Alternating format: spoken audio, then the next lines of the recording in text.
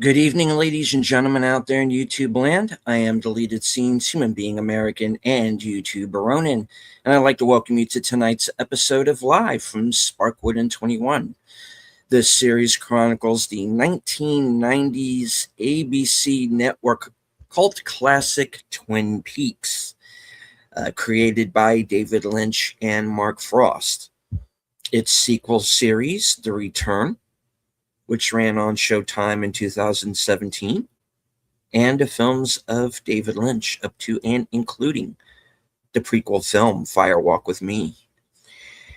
I do want to say hello to everyone currently following along on X. I can't see you, but I know that you're there. I want to say hello to a few people who have joined us in the live chat. Host of Films with Friends, the creator of the 10-word review, Big Al Presents. Kapla! To our resident Klingon, Mark Malnikoff. My co-host on the Mystery Movie Night podcast, Enigma Severus. Faithful Blue Wrench, channel member The Bird Woman of YouTube. Watch out for her second channel, Fluff Chick Productions. It's Connie Clary. Channel member Geek Flag with Nate Nose. Good to see you, sir. Ruby Hoove has gifted a membership over on Netters Network. Thank you. And dropped the $2 super chat. Have a wonderful evening indeed. Channel member JPRPH1. All right. Following me on this Odyssey, the super fans. Last call, Troy Pacelli. I could get this stream set up with one arm tied behind my back. Absolutely. His better half, Netters Network. Good evening. And of course, the president of the Flappy Fan Club, Aged Boomer. Hello, good to be here. I do have some Flappy lore to share. He would demand a bowl of Fruit Loops every morning, but there could be no red Fruit Loops inside with the rest of them. They had to be excised. If you gave him a bowl of Fruit Loops with any red Fruit Loops, he wouldn't come out of his trailer for the rest of the day. He was demanding in that way. I wonder how he would feel if in this modern age he found out that they weren't allowed to do any artificial colors. So maybe there wouldn't be not only red ones but other colors as well. Well, I don't know. He didn't trust the red ones. That's all I can tell you. I don't blame him. History is borne out. He was right on that one.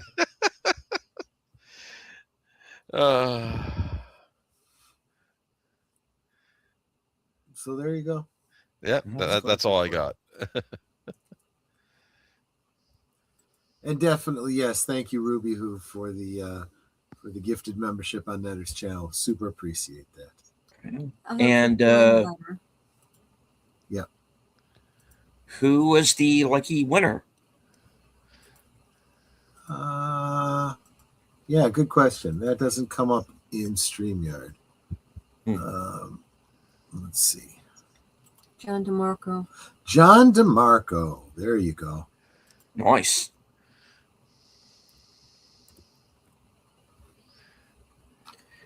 All right. So in the previous episode, if I remember correctly, that was the events surrounding Laura Palmer's funeral, which turned into a bit of a kerfuffle. Yeah. To say the least. Yeah, it's a guy jumping on her coffin, her dad, and the thing malfunctioning. It's a disaster. Right? Very much Yep. so. Indeed. So this don't is ruin this too. Don't ruin this too. Is the line, yeah. And this episode is about kind of focuses on the one-armed man, played by the late Al Strobel. And he's a character who's a kind of, at this point, kind of mysterious. In the seeing, if you see Fire Walk with Me first, you get how he fits in.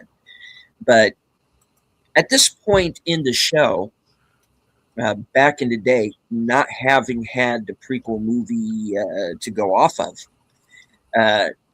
he's a mysterious character. He's somebody you've seen a couple of times. You're not quite sure how he fits in, but you've seen him enough times to know that he's going to pop up again because we see him sneaking around the morgue where Hawk follows him and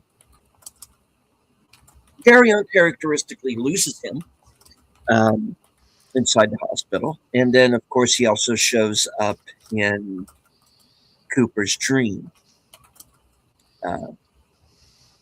where it seems, at least in the dream anyway, that he is connected to Bob in some fashion in this.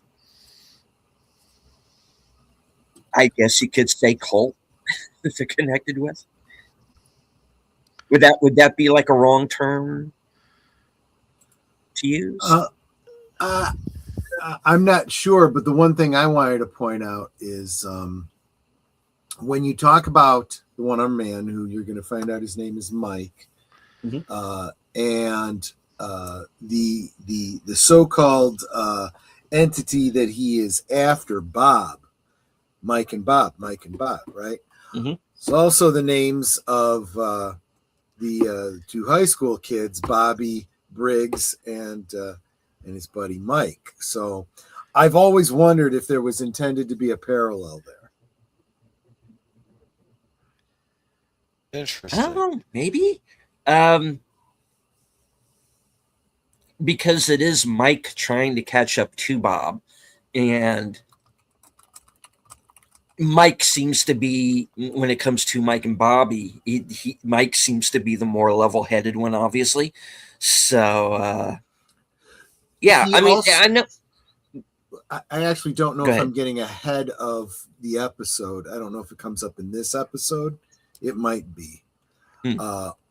But he refers to Bob as his familiar. Mm-hmm. And if you know your lore, a familiar, of course, is a evil spirit that is used by a wizard, a witch, a magician to channel their powers, which infers that when he says the magician longs to see, it seems like he might be referring to himself being the magician and Bob being the familiar that he is tapping into. Perhaps. Don't know. Still working on that theory after all these 30 plus years. Yeah. Well, I remember one theory at the time was were Mike and Bob in the dream meant to be Mike and Bobby? So they did seem to be hinting at a parallel, whether that was intentional or not.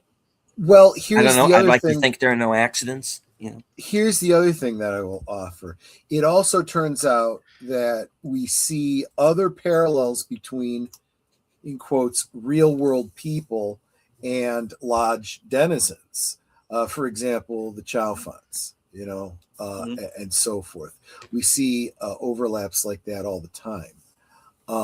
So you have to wonder, to what degree the real world mirrors the entities of the lodge and vice versa. And, is it just corollary or is there a cause and effect? Is there, by virtue of the fact that someone exists in the lodge, there must be an echo of them in the real world? I don't know.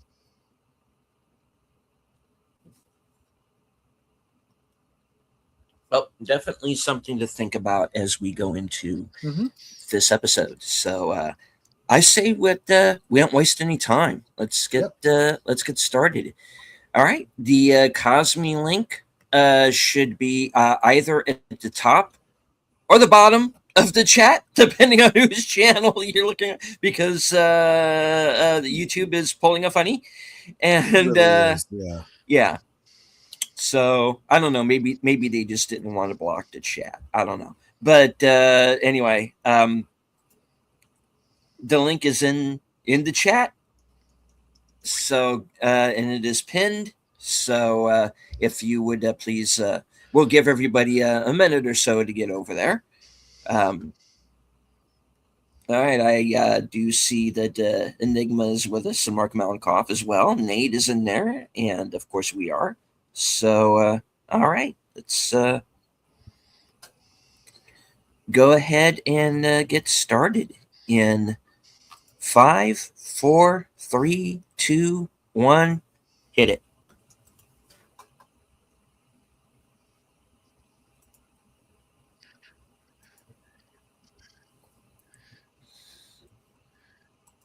Okay. F11.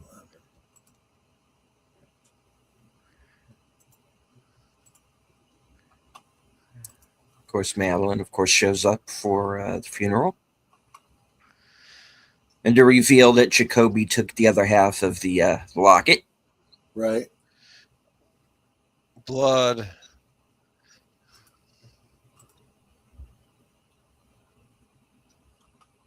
But someone tips him off.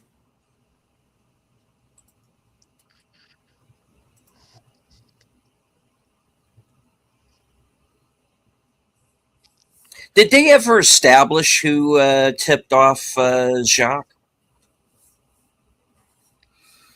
I don't think so. But someone was flashing the light from the inside, right? Right. Mhm. There we just saw Flappy, the consummate professional that he was.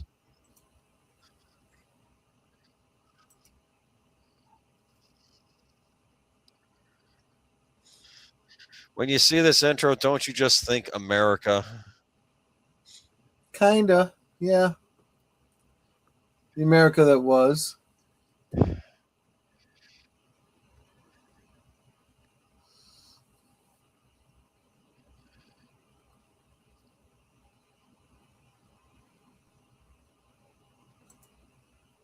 But what about Bob?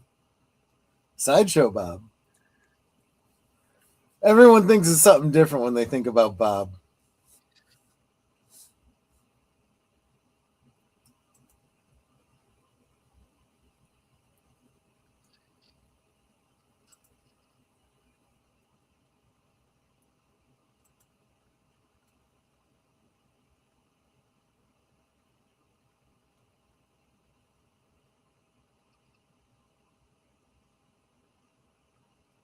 Do, do, do, do, do, do, do.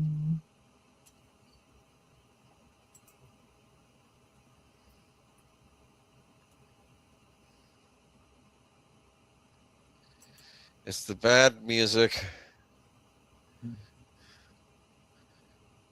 I always So associate this dark. music with foreboding. What do you think? A little bit, yeah.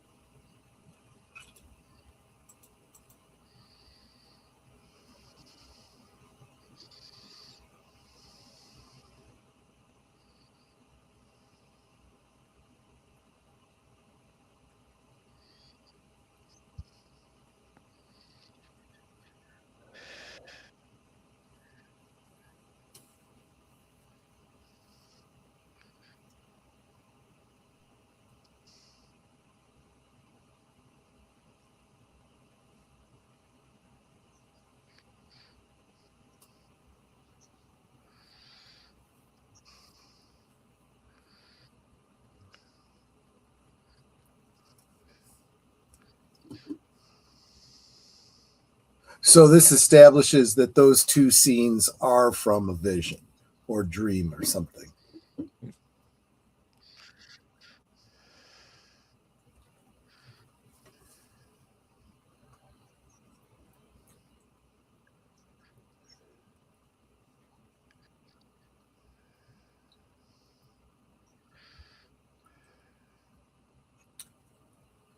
Well, and of course,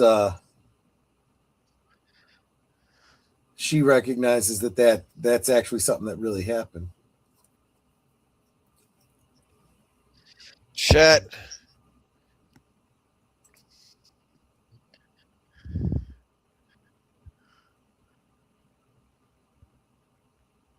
Everybody wanna be like Chad. Blam. Yeah.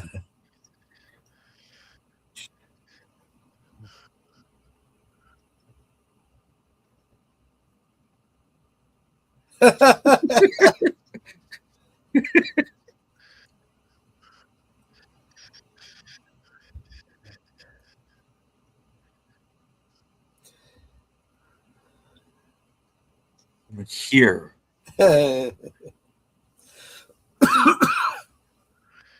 Poor Chet.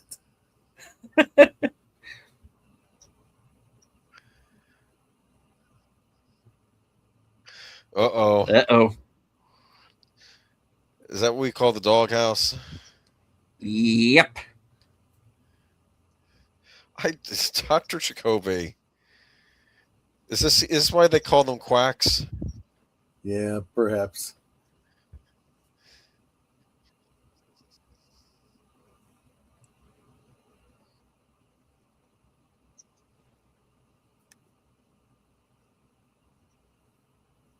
The patient's dead.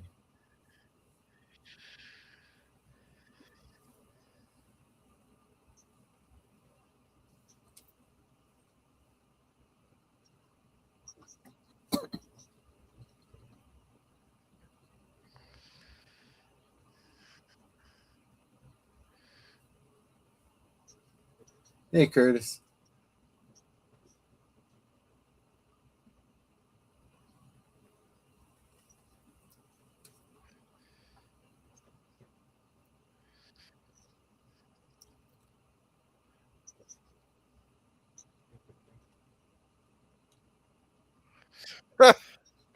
Yeah. Sharp as a tack, isn't he?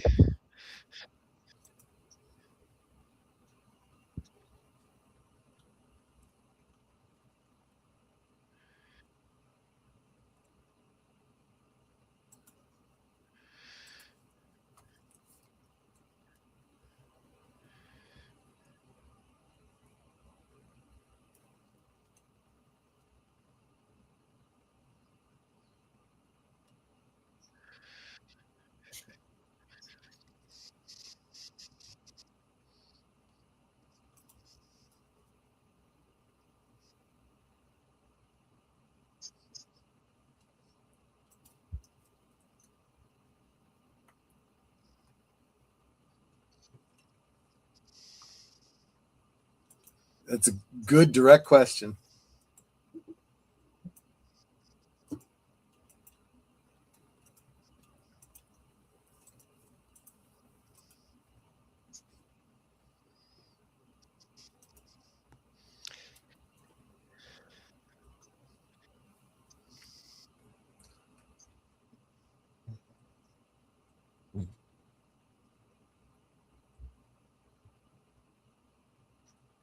Mark.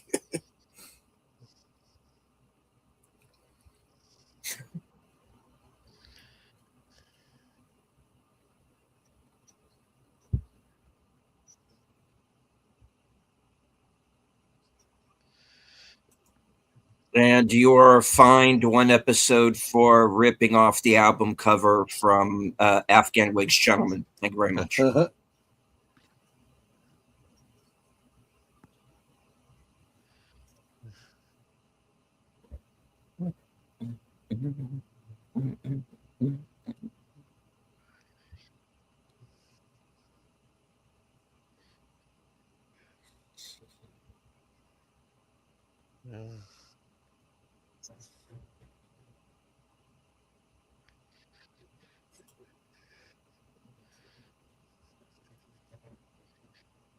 Darn that bird.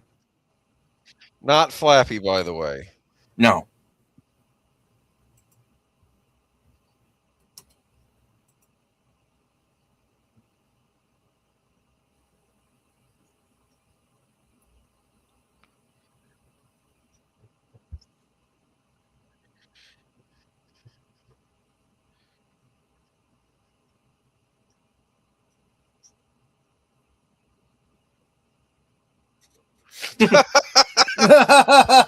Exactly. Oh, really? Yeah. Well, Relieving himself upstream. I like that.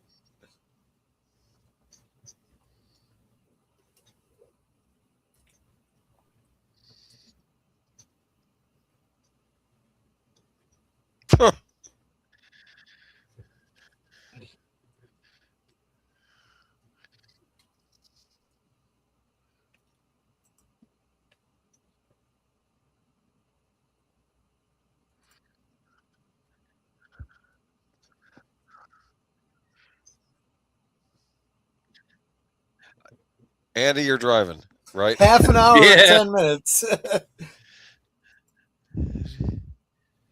Meanwhile,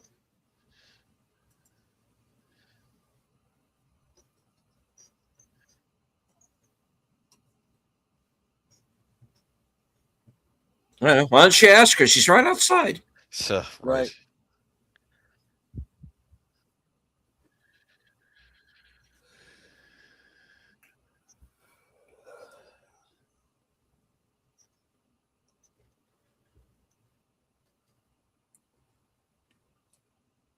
We're coming in from the east below their radar. When are you coming back? I can't tell you that. It's classified.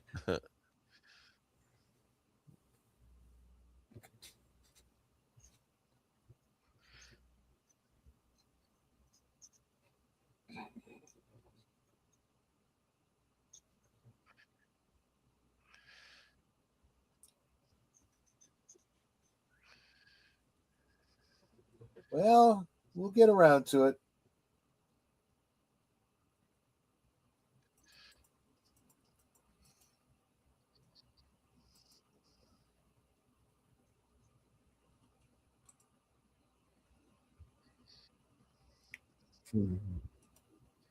One armed man, Gerard. Yep.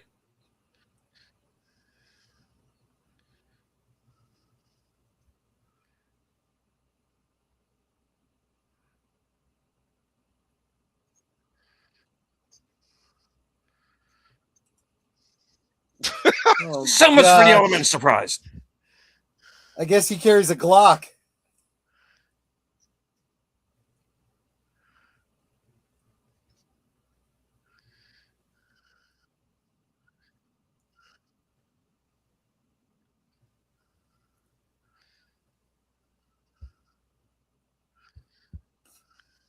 Or at least your hand.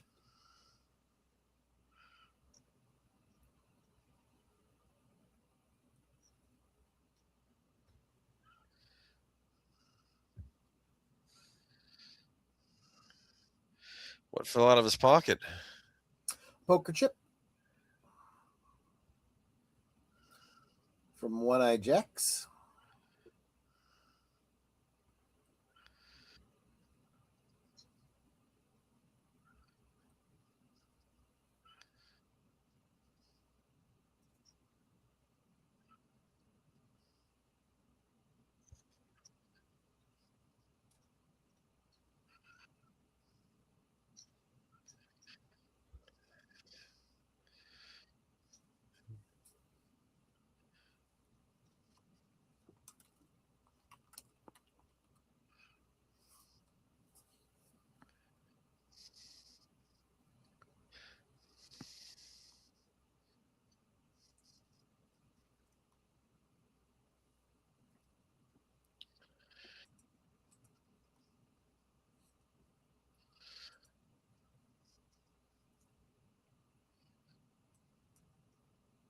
Andy!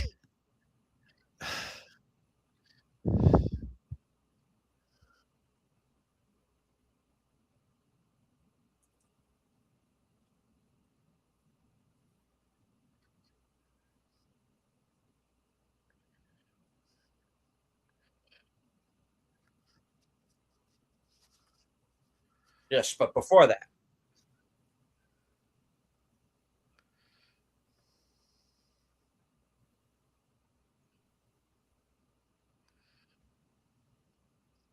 Wow.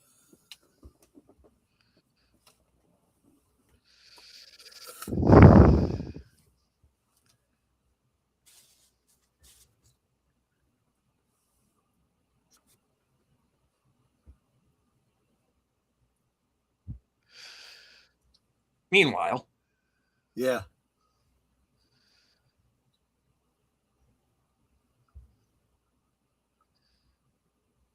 No smoking in the bathroom.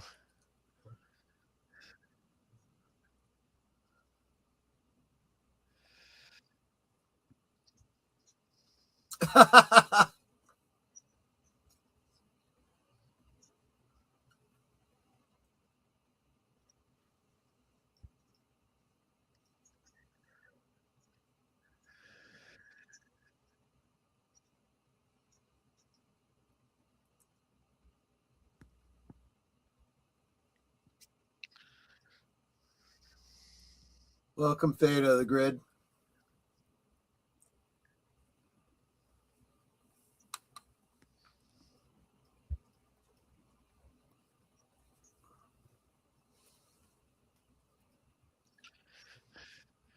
Uh-oh.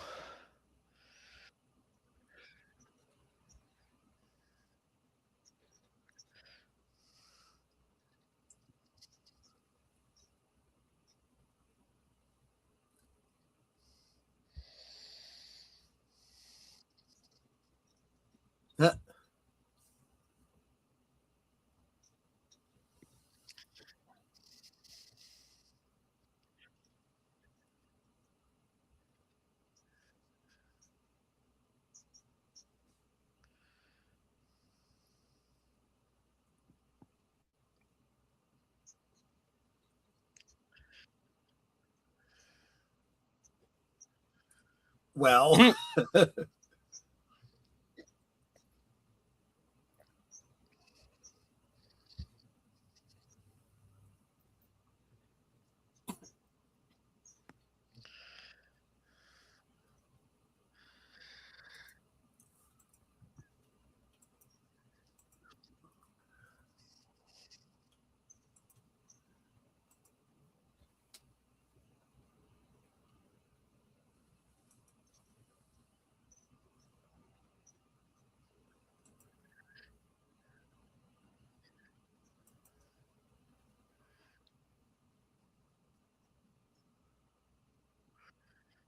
and later on, we'll discuss the Ice Cube thing. yes. And your daddy issues. Mm. Ooh. Theta of the Grid, good evening.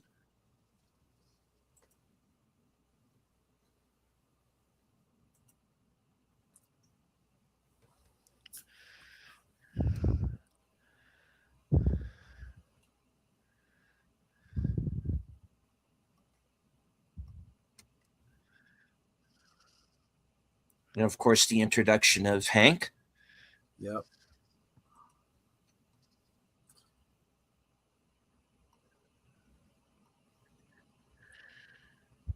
True. Yeah.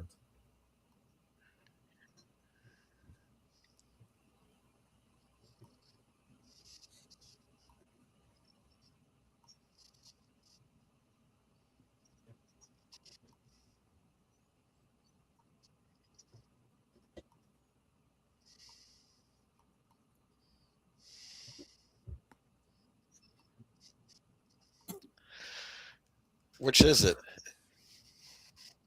I swear on my life, since we know what ends up ultimately happening to him after the series, could that be foreshadowing?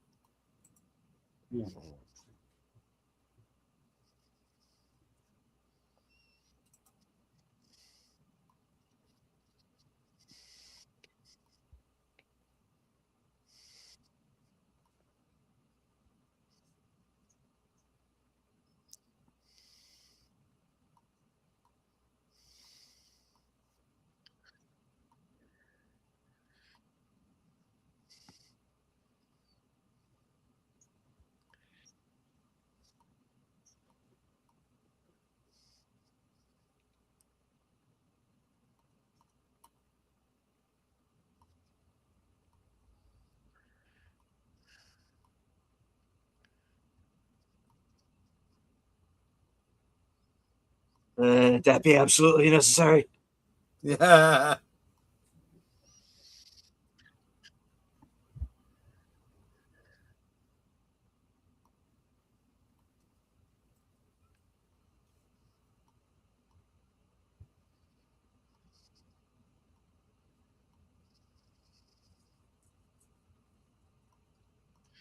Uh-uh.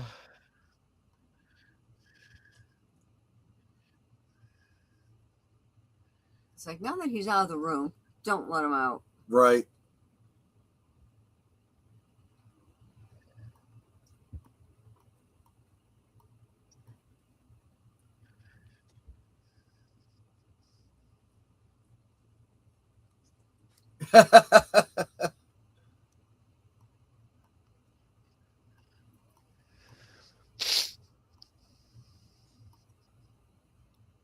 Mm.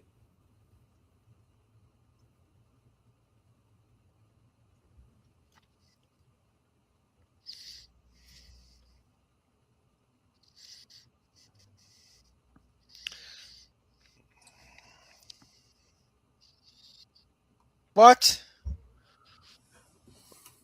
Here a llama, there a llama, everywhere a llama llama.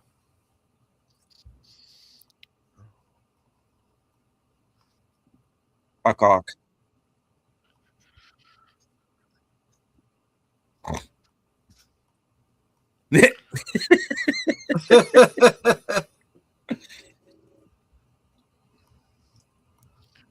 Obviously, an unscripted take. So it's nice that that worked out.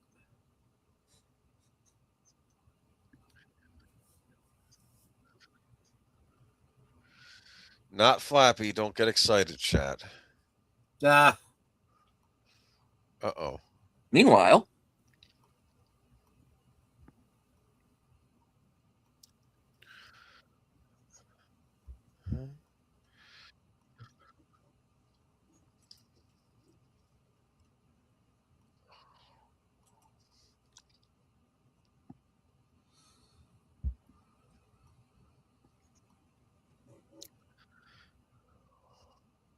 the bastard. I don't. Oh, hey, okay, there It's you go. kind of weird that I he would be know. having that conversation with her while he's macking on her, or she's macking on him, depending on how you look at it.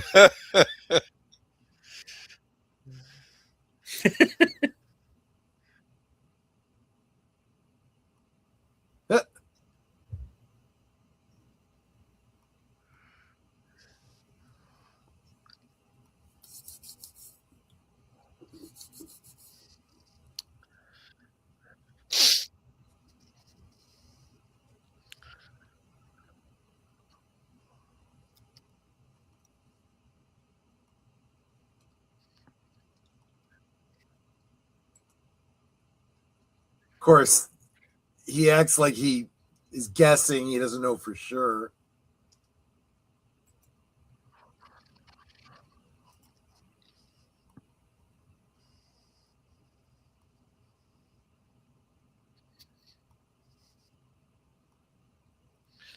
It's real smart.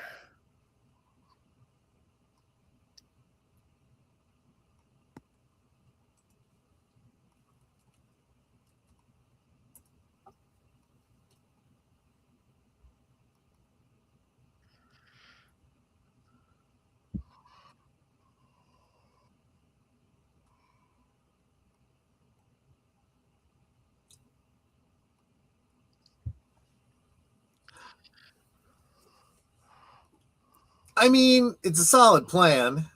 It's not going to go off very well, but it's a solid plan.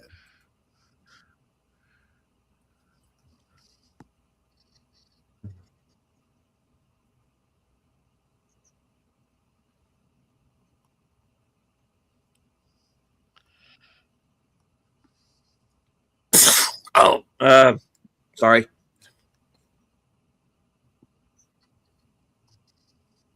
Fired off a warning shot. What the hell?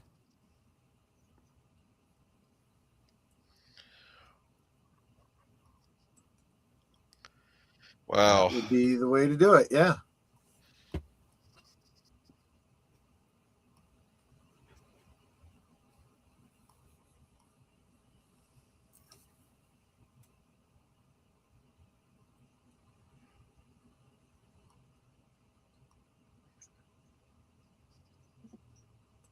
Yep. That's the way to do it. That's the way to handle it.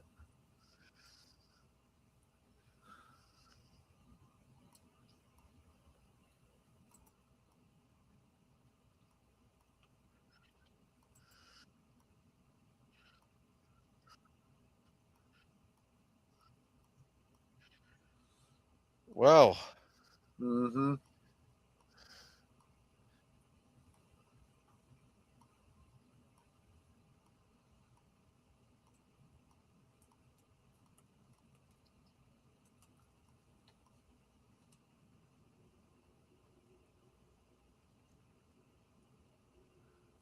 Because real men only need one bullet.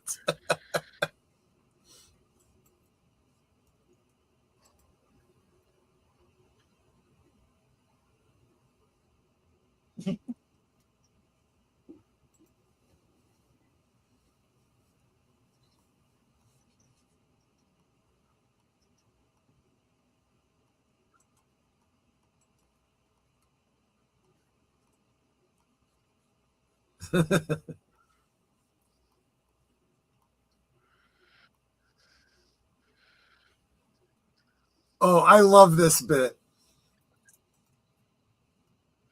boy, He has terrible form.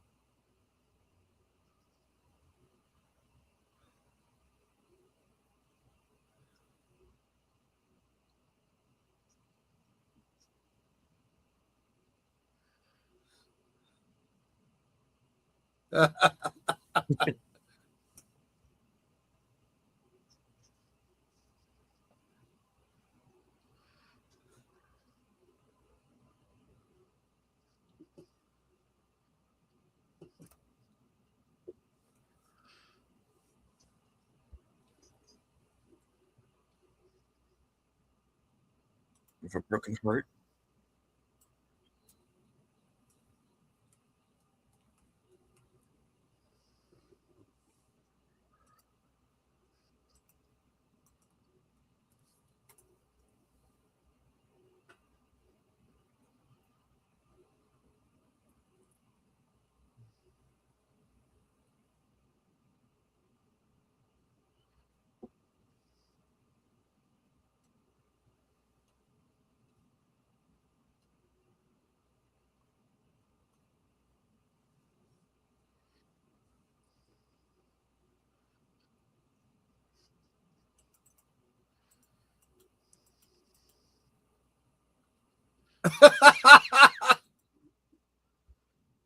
One who has them through each nostril.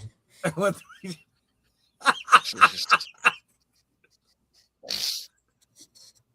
Now you're just showing off.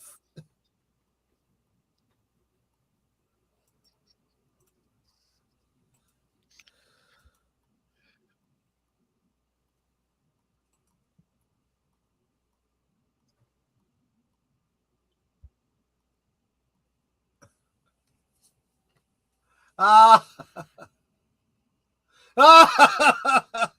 But from the point of view of the doctor's office, you can kind of understand that. Mm-hmm. It's a nice big ice cream cone.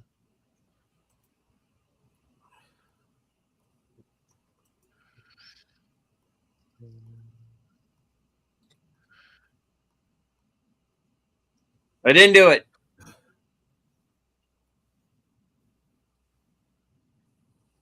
Ah.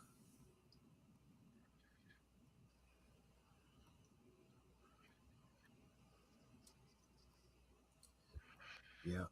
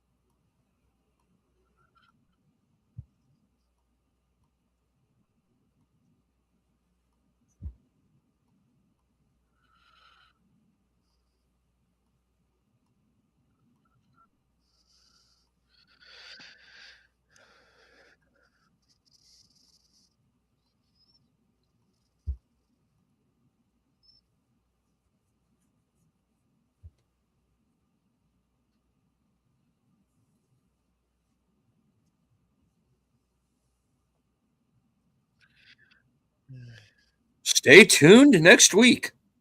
Yeah. Bob!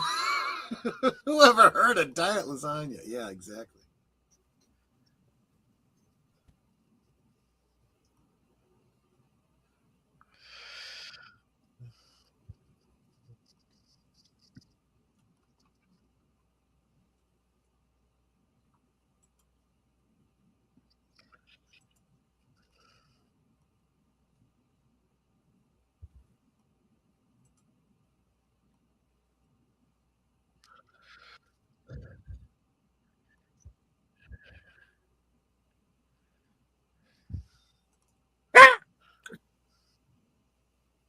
Yeah.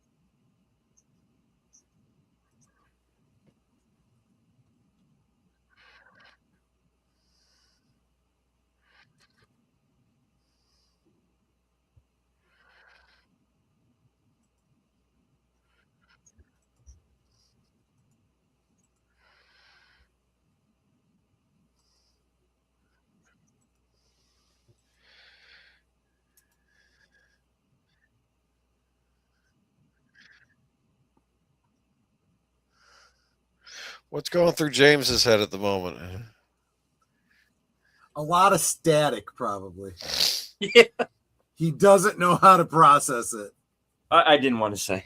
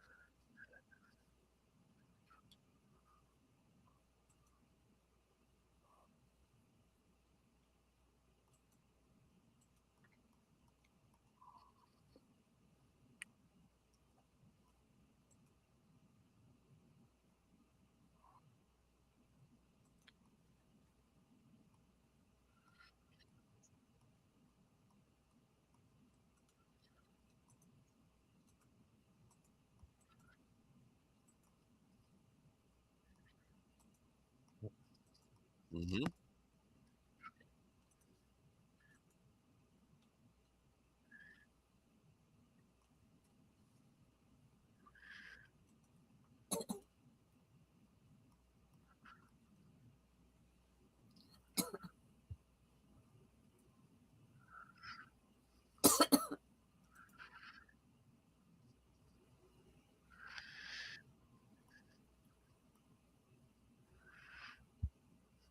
She's going to keep milking that one, isn't Yep. she? Good friend Laura Palmer. Yeah.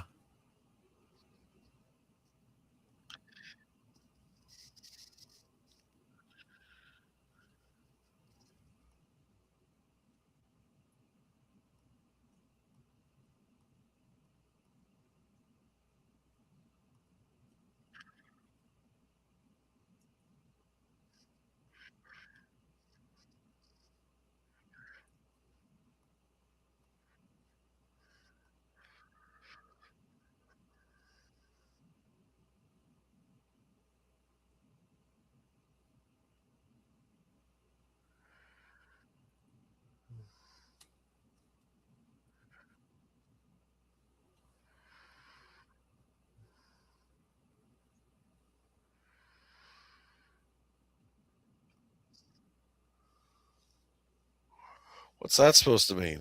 Mm.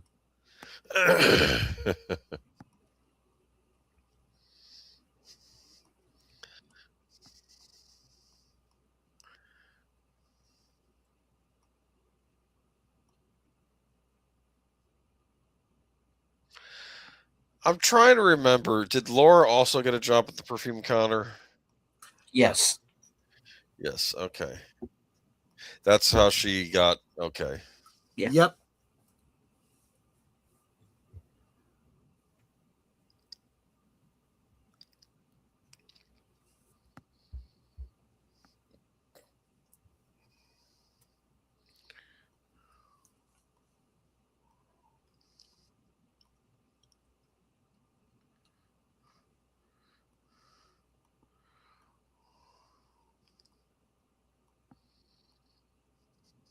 Jet headquarters.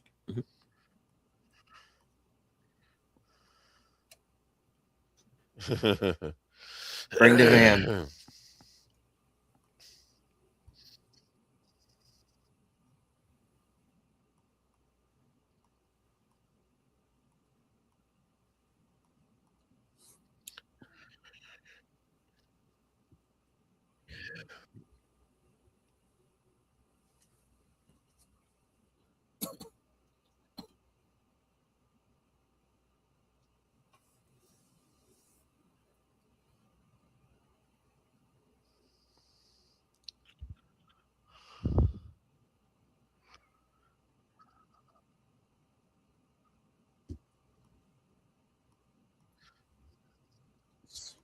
I like that he pronounces it Renault.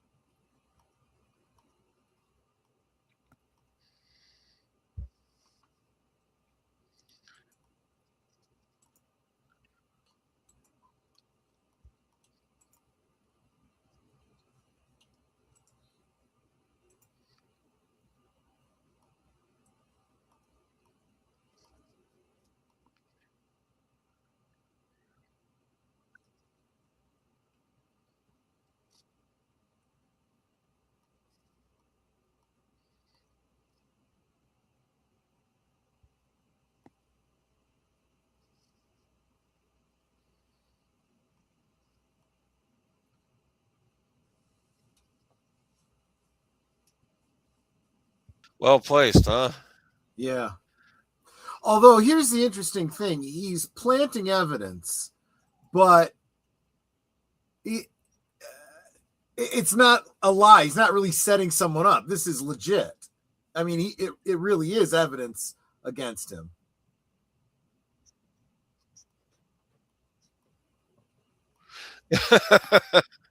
Right?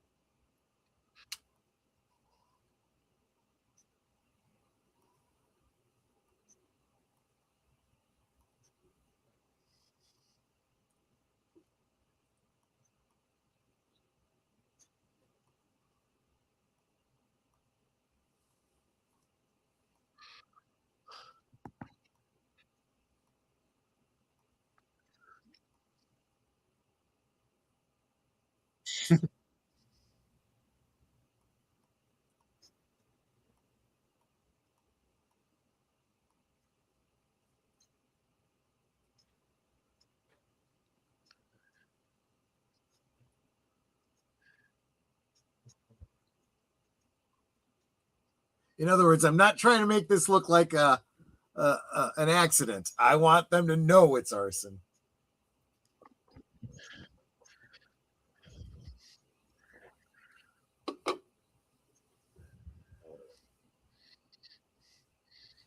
It is gone.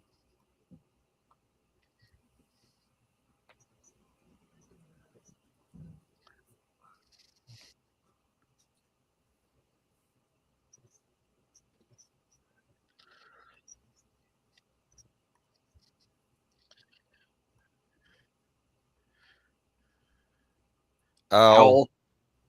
Yep.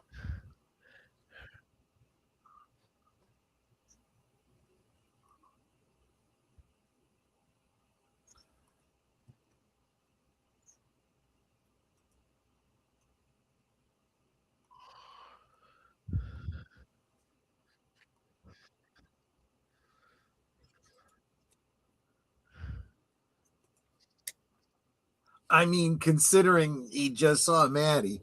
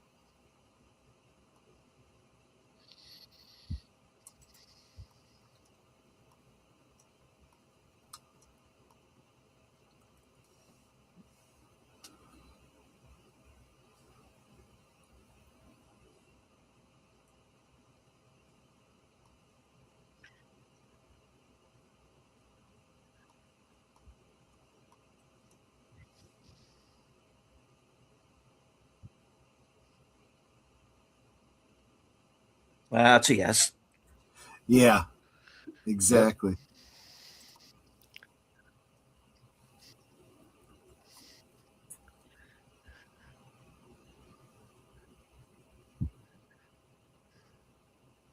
Well, being as we're a sawmill and all.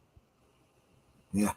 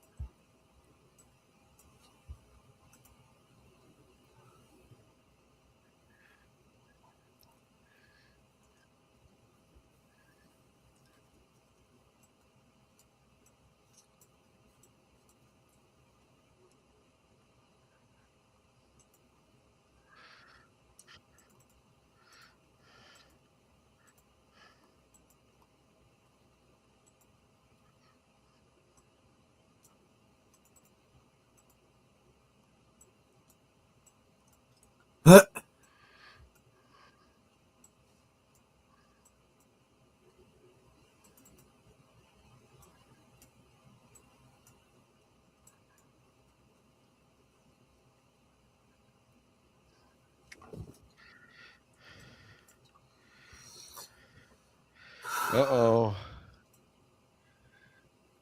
They're never going to go to that fishing tournament, are they? No.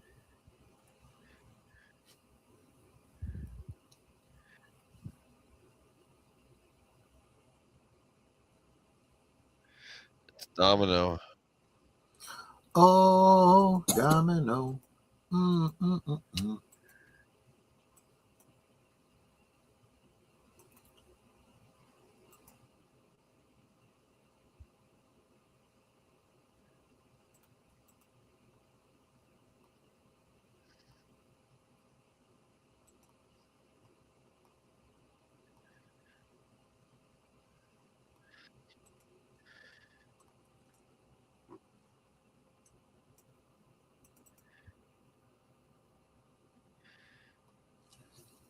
Yeah. Invitation to love. Something like that, yeah.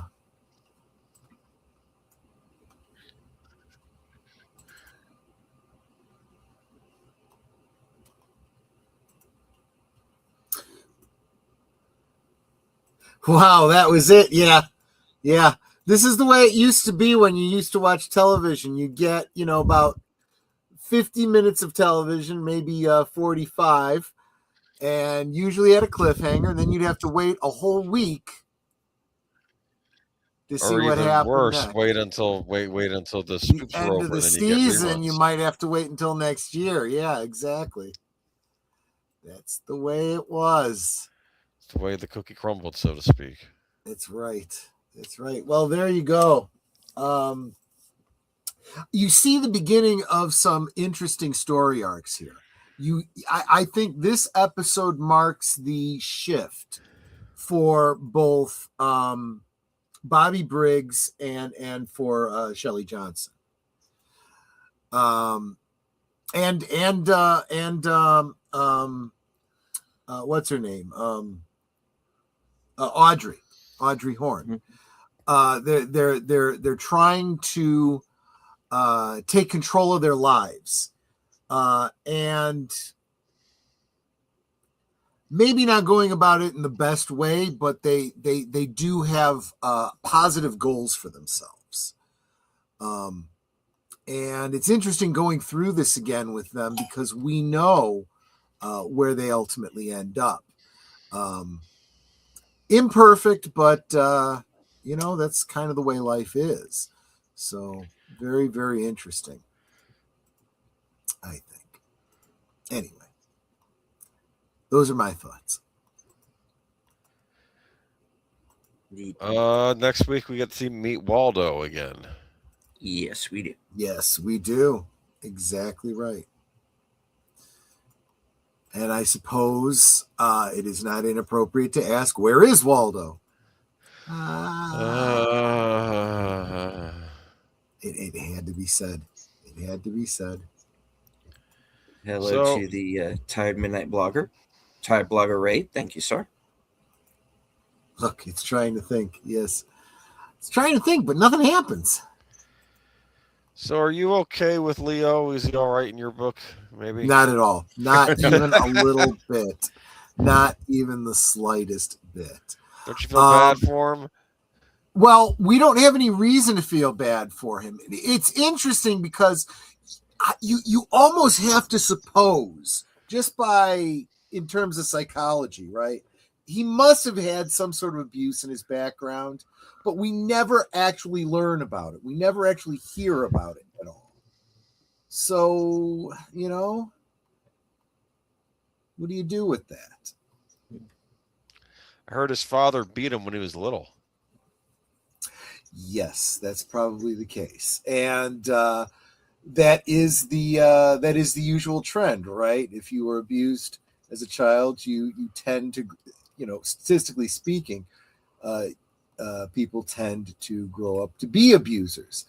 But I'm sorry, there is no excuse there. The correlation, it does not equate to causation. You still need to be a person. You still need to learn to deal with your trauma, so to speak.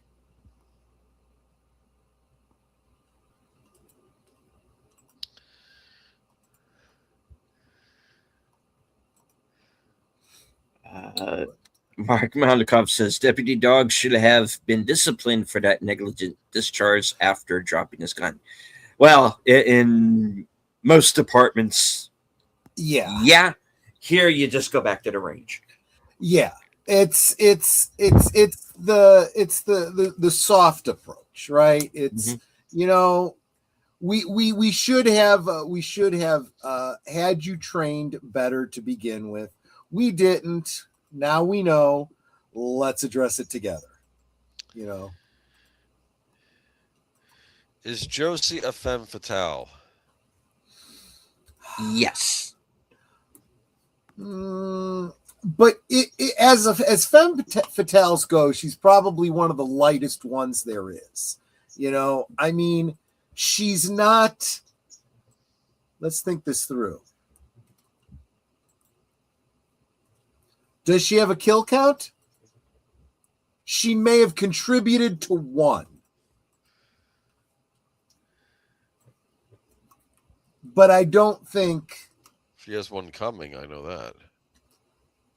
Mm-hmm. True. That is true. But that's not like the conniving, femme fatale. That's the desperate woman in trouble. in my opinion, the way I see it. From your It's probably point. not. It's probably not.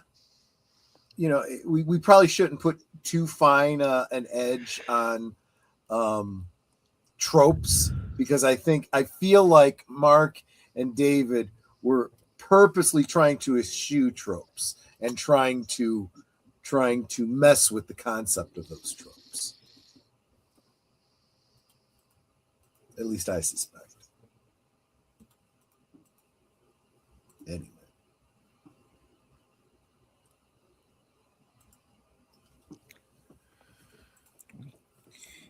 Okay. I did see in the Cosme chat, let me get back over to it. Hold on, I lost the chat. Let me get back to it. They said Flappy auditioned for the role of the owl. He didn't get it. He was furious. Interestingly, if you think about it, the owl actually had a much bigger role in the show, possibly even than Waldo. He auditioned as one of the dancing girls in Robert Palmer's I'm Addicted to Love. Simply Irresistible. Oh, yes, yeah. And well, yeah, there's that one too. But no, he didn't get that. That's a shame. Yeah. Yeah. He even slicked his hair back and put on a pout. And I would argue that was David Lynch. He needs to get his heart right, because he didn't give him the role because he was a male bird and not a female bird. See?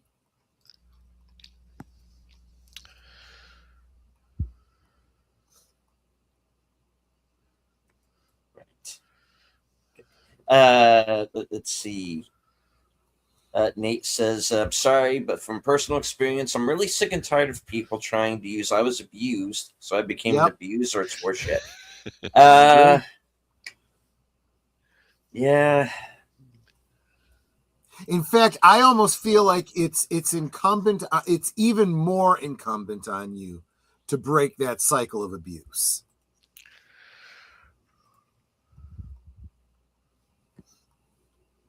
I find Twin Peaks simply irresistible. I'm telling you though, man. Nate, are you suggesting that Flappy knew how to play the guitar? Is that what you're saying? Well, I'm saying that maybe those models didn't. Well, yeah.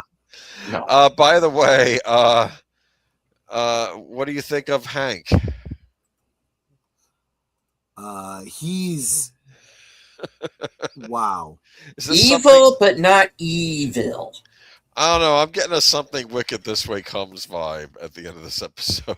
You know,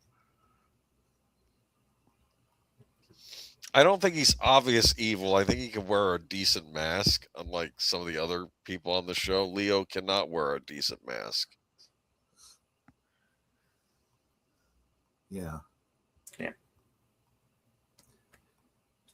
Yeah, and that's almost worse, right? Because Leo, see, here's the funny thing too. Leo doesn't hide who he is, and he's kind of stupid.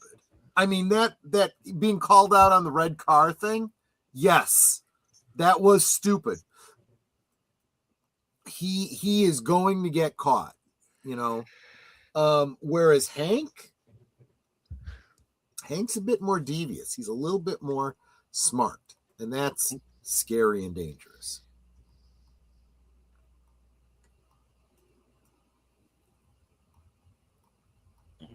Let's see. Mark Malikoff says Flappy is busy mining the lithium on Aurora Pente now. He got caught impersonating a Klingon bird of prey. Uh-oh. Wow. Free Flappy. Yeah, well, he could have been a contender. Yeah, he could have been, but he wasn't. So, damn it. Nate says, exactly, Trev, because as someone who was abused, the last thing you want to inflict on someone else, especially your own children or your spouse. Yeah. Yeah. Agreed. Yeah. That's what I was lucky. I was never from that kind of from that kind of background. My father was very strict, but I think that helped, because it kept me on the, that my father was in the military. He was Air Force, and after he retired, one of the things he did was Department of Corrections. Mm-hmm. So my parents knew a lot of military people, a lot of cops. I can get away with nothing. There are people who go, well, you would get away with everything. No. Yeah. With me, it was quite the opposite, because I was surrounded by people who pretty much had standing orders to snap my neck if I did anything wrong. So, yeah, that was that's the way it was. It says for me, it wasn't my dad; it was my mother. She would hit you before she would hug you. Oh, wow.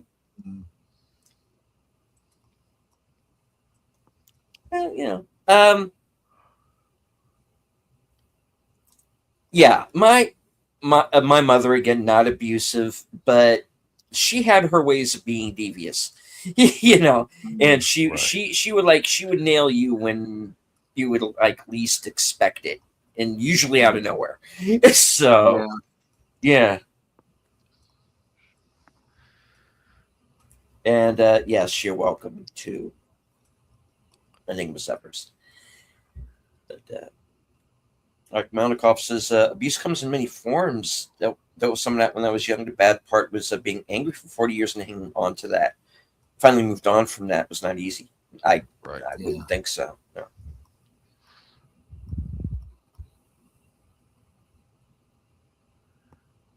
That's what therapy's for, which I was never really down with. It was not I was in a situation once where, I kind of wound up getting sent to counseling. I was not down for it at all. And I'm not trying to start like a psychology debate here. A lot of the counselors I ran into when I was a kid, I think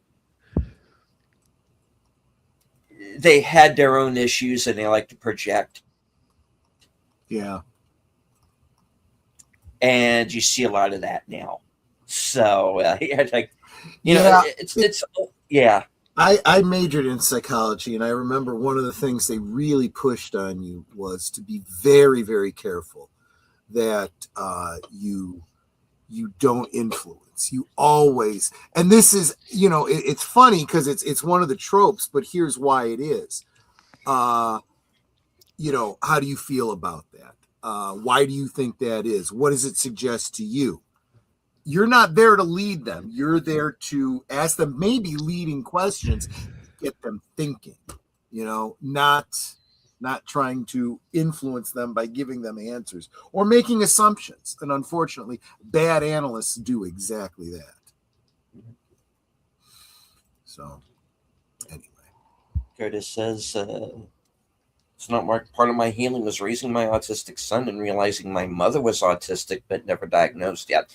Autism went undiagnosed for quite a long time. I know CD and things like that. And I'm wondering if maybe I shouldn't get myself looked at for that, because I've noticed I have a couple of traits that autistic people have. One of them is the whole the repetitive thing that they talk about. I catch myself doing stuff like that on occasion, but obviously this is not stuff we're going to figure out. I would very much encourage you to be very careful. Again, I think we are dealing with, in the modern field of practice, I think you have a lot of people that maybe don't practice the way that we always imagine they should, the impartial, non-leading, non-judgmental, I think there's a lot of people in all areas of healthcare, especially mental health, that have agendas that they are trying to lead you down. So I would be very, very critical and careful about that. But also, I would say that I think that a lot of people want to say, oh, we've always had people that were neurodivergent, but we didn't really understand it until now. And now we're starting to identify it. Yes, that is a possibility. You know what else is another possibility is that we have introduced certain environmental factors that are causing biological neurodivergence. And that is why we are starting to see it more often.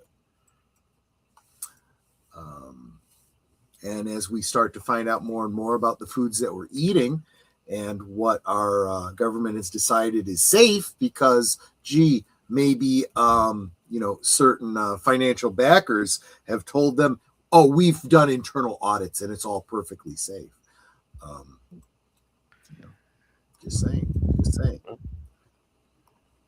Or maybe the cheeseburgers made me do it. This should not be construed as any kind of medical advice or legal advice, just speculation on my part. Indeed. All right. Well, I think we should wrap it up there, because we do have to get Troy and Netter over to their next broadcast, which is the Adventures of Sherlock Holmes. Yeah, apparently somebody's going around and busting up statues of Napoleon, and we got to get to the bottom of it. Damn it. His name is Bob. He's doing it. I'm sure he is. That's exactly right. Uh-huh. And as I recall correctly, we see a familiar face in this episode. Absolutely. Marina Sirtis, of course, of Star Trek fame. Mm-hmm. All right. So let's go one time around the horn here. Boomer, what do you have coming up? I'll be on the last call with Troy this coming Friday for another wonderful stream. And then I will be on Geeky Geezers this Sunday, where we'll talk about how GameStop is trying to mitigate the PlayStation 5 woes. And I made the joke that, you get to trade in a car and you'll get half off a PS5, because I'm just trying to and offer up a kidney and some blood. Yes. And we're getting there, aren't we? Right. Yes. Yeah, and I think Larry Fink was in the news also saying that the woke era was a bit of a excess, like they from BlackRock, he was saying that it went too far. You think? You think? Really? Jeez. Yeah, just in the frickin' nick of time, huh? Yeah, right. All right. The cavalry have come and gone, I guess. I don't know. Anyway, go ahead. Troy. Sherlock Holmes right after this. Follow me on over to my channel. And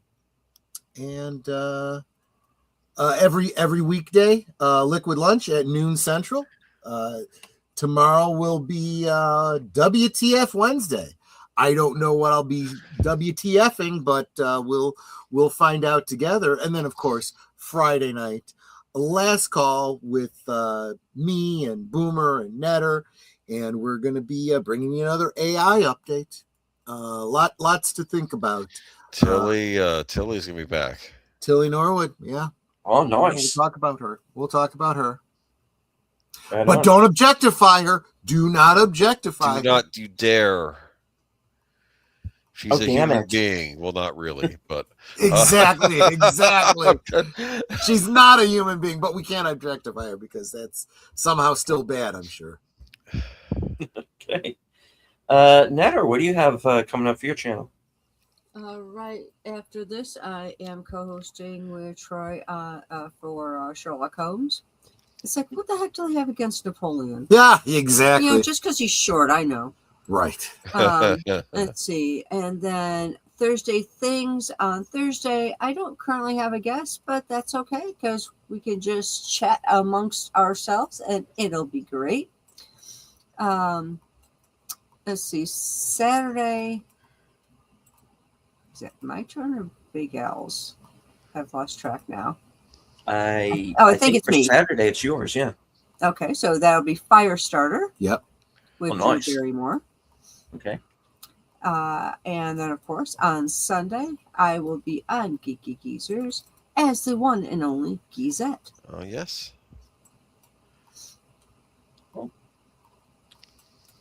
All right. As for myself, I will be joining Outlaw Bill for Action Theater, 5:35 p.m. Eastern on Thursday. And we're going to round out our Film Noir month with Sin City.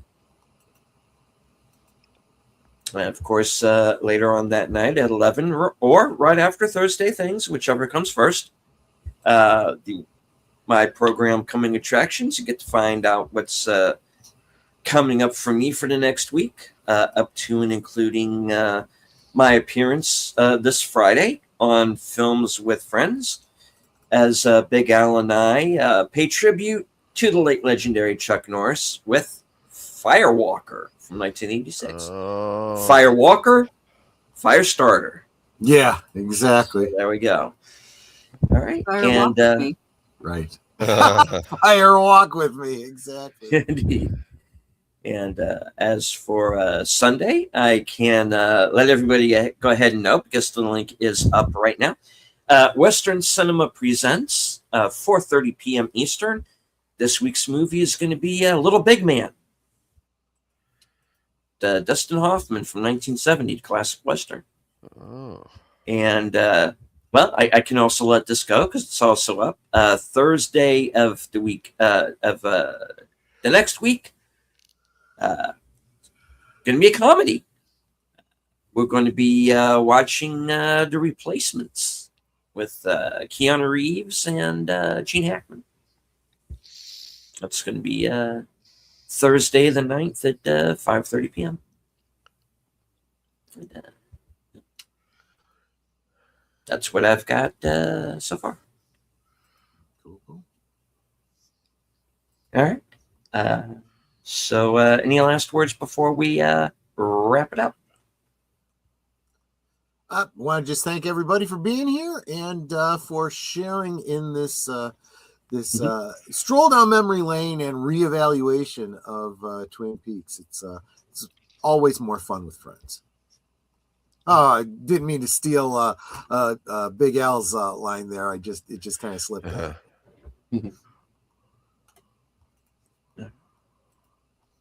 Well, I would like to thank everyone who joined us here in the live chat. If you come upon this program, I do want to remind everybody that you can sync up along with us. Twin Peaks is available on Paramount Plus. It's also available on physical media, all 3 seasons, which including the film, which we do encourage. And I believe Amazon, or was on Amazon at one point. I know it's on Paramount Plus, so you can find it there. And as I always say, at the end of every broadcast from HQ, the corner of Sparkwood and 21, and all points north, south, east, west, and beyond, good night, take care, stay strong, be safe and healthy, because this is how we win.